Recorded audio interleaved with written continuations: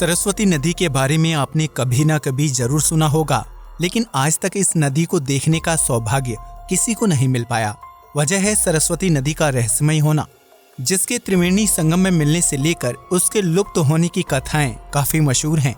तो आइए जानते हैं सरस्वती नदी के लुप्त होने का रहस्य, जिसके बारे में सुनकर लोग आज भी हैरान रह जाते हैं। कहा जाता है कि प्रयाग में गंगा, यमुना और सरस्वती नदी का मिलन होता है, जिसे त्रिवेणी संगम के नाम से भी जाना जाता है। इस संगम पर गंगा और यमुना नदी तो नजर आती हैं, लेकिन सरस्वती नदी रहस्यमय तरीके से लुप्त हो जाती है। कई लोगों का मानना है कि धरती पर सरस्वती नदी का अस्तित्व है ही नहीं। वहीं कुछ लोग इस नदी को लेकर तरह तरह की कथाएं बताते हैं। तो क्या है सरस्वती नदी का रहस्य, जो आज तक वैज्ञानिक भी नहीं सुलझा पाए? विभिन्न हिंदू धर्म ग्रंथों में सरस्वती नदी का उल्लेख मिलता है। ऋग्वेद में इस नदी को अन्वती और उदकवती का नाम दिया गया, जिससे सिंधु नदी के समान ऊंचा दर्जा प्राप्त है और इसे भाषा, ज्ञान, विभिन्न कलाओं और विज्ञान की देवी माना जाता है। हालांकि ऋग्वेद में सरस्वती नदी का उल्लेख होने के बावजूद भी इसके अस्तित्व को लेकर वाद विवाद जारी हैं, क्योंकि यह नदी रहस्यमय तरीके से गायब रहती है।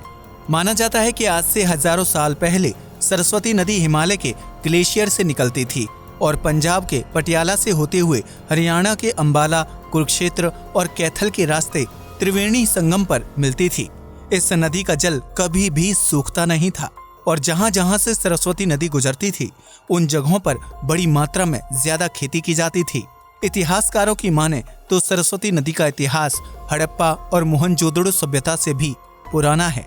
ऐसे में इस नदी के अस्तित्व को लेकर फ्रेंच प्रोटो हिस्टोरियन माइकल डेनिनो ने गहन शोध किया। The lost river on the trail of Saraswati. Saraswati नदी के अस्तित्व को लेकर लोगों की दिलचस्पी तब बढ़ गई जब माइकल डेनिनो ने अपने शोध के आधार पर the lost river on the trail of the Saraswati नामक किताब लिखी। इस किताब में उन्होंने बताया कि सरस्वती एक समय पर बहुत बड़ी नदी हुआ करती थी, जो पहाड़ों से बहते हुए निचले इलाकों तक पहुंचती थी। बरसात के मौसम में सरस्वती नदी के किनारे 3 से 10 किलोमीटर तक चौड़े हो जाते थे। हालांकि बदलते मौसम का असर धीरे धीरे सरस्वती नदी के बहाव पर पड़ने लगा और वो कई जगहों पर एक छोटी धारा का रूप लेने लगी। द लॉस्ट रिवर पुस्तक से पता चलता है कि सरस्वती नदी हड़प्पा काल से भी पुरानी थी, जो 4000 ईसा पूर्व के बीच सूखने लगी थी। वहीं दूसरे भौगोलिक परिवर्तनों के कारण 2000 साल पहले सरस्वती नदी रहस्यमय तरीके से गायब हो गई। माइकल डेनिनो ने अपनी किताब में ये भी बताया कि तकरीबन 5000 साल पहले सरस्वती नदी के पानी में यमुना और सतलुज नदी का पानी मिलता था। कुछ दूर यमुना नदी के साथ बहने के बाद सरस्वती नदी आगे जाकर हरियाणा और पंजाब की दूसरी नदियों, नालों और घग्गर में मिल जाती थी। घग्गर के रूप में बहते हुए सरस्वती नदी राजस्थान और बहावलपुर से होते हुए कच्छ के रण में लुप्त हो गई। वैज्ञानिकों का मानना है कि थार के रेगिस्तान में पानी का कोई स्रोत नहीं है, लेकिन उस जगह पर चमत्कारी रूप से कुछ ताजे पानी के स्रोत मिले हैं। वहीं जैसलमेर में भी बरसात बहुत कम होती है, जबकि वहां भूजल 50 से 60 मीटर की गहराई पर ही मिल जाता है।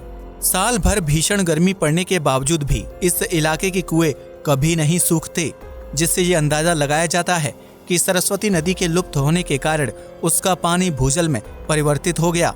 जिन इलाकों में सूखा होने के बावजूद भी भूजल की अत्यधिक मात्रा पाई जाती है, उस पानी के नमूनों में ट्राइटियम की मात्रा ना के बराबर होती है, जिसकी वजह से आधुनिक तकनीकी के माध्यम से उस पानी पर रिसर्च करना मुश्किल है। दूसरे वैज्ञानिक शोधों से पता चलता है कि रेत के टीलों के नीचे ताजा पानी जमा है, जिससे रेडियो कार्बन डेटिंग के जरिए 1000 साल पुराना भूजल माना जा रहा है।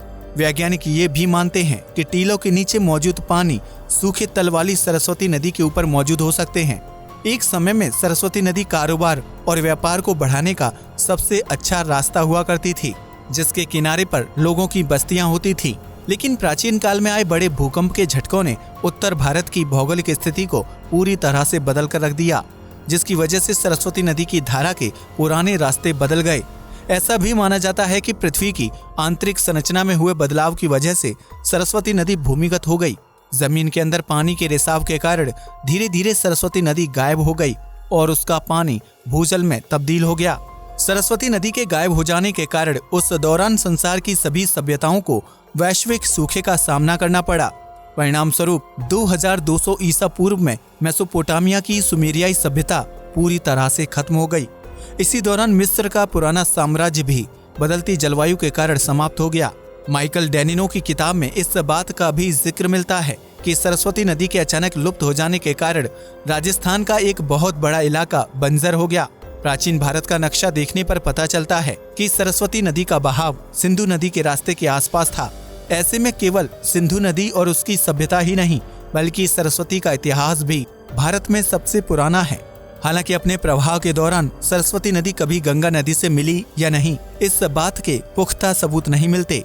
लेकिन वैदिक काल में दृश्यवती नामक एक अन्य नदी का जिक्र भी मिलता है जो सरस्वती की सहायक नदी थी। कालांतर में भूकंप के भयानक झटकों की वजह से हरियाणा और राजस्थान की जमीन पर पहाड़ ऊपर उठ खड़े हुए, जिसकी वजह से नदियों के बहाव की दिशा बदल गई। आज दृश्यवती नदी को यमुना के नाम से जाना जाता है, जिसका इतिहास 4000 साल पुराना है। भूकंप के कारण सरस्वती नदी के जल का कुछ हिस्सा यमुना में समाहित हो गया और साथ साथ बहने लगा, जिसकी वजह से प्रयाग में गंगा और यमुना के मिलन के साथ सरस्वती नदी के मिलन को त्रिवेणी संगम कहा जाता है। इसके अलावा सरस्वती नदी का बाकी जल भूमिगत होकर भूजल में तब्दील हो गया और इस तरह धरती से सरस्वती नदी का अस्तित्व गायब हो गया। अब तो आप समझ ही गए होंगे कि आखिर क्यों सरस्वती नदी के इतिहास और अस्तित्व को लेकर लोगों के दिमाग में प्रश्न रहता है। हमें उम्मीद है कि इस वीडियो को देखने के बाद आप सरस्वती नदी के गायब होने की असल वजह को समझ पाए होंगे। आपको क्या लगता है कि हरियाणा और राजस्थान में जो भूजल मिला है, क्या उसका संबंध सरस्वती नदी से है? हमें अपना जवाब कमेंट करके बताएं।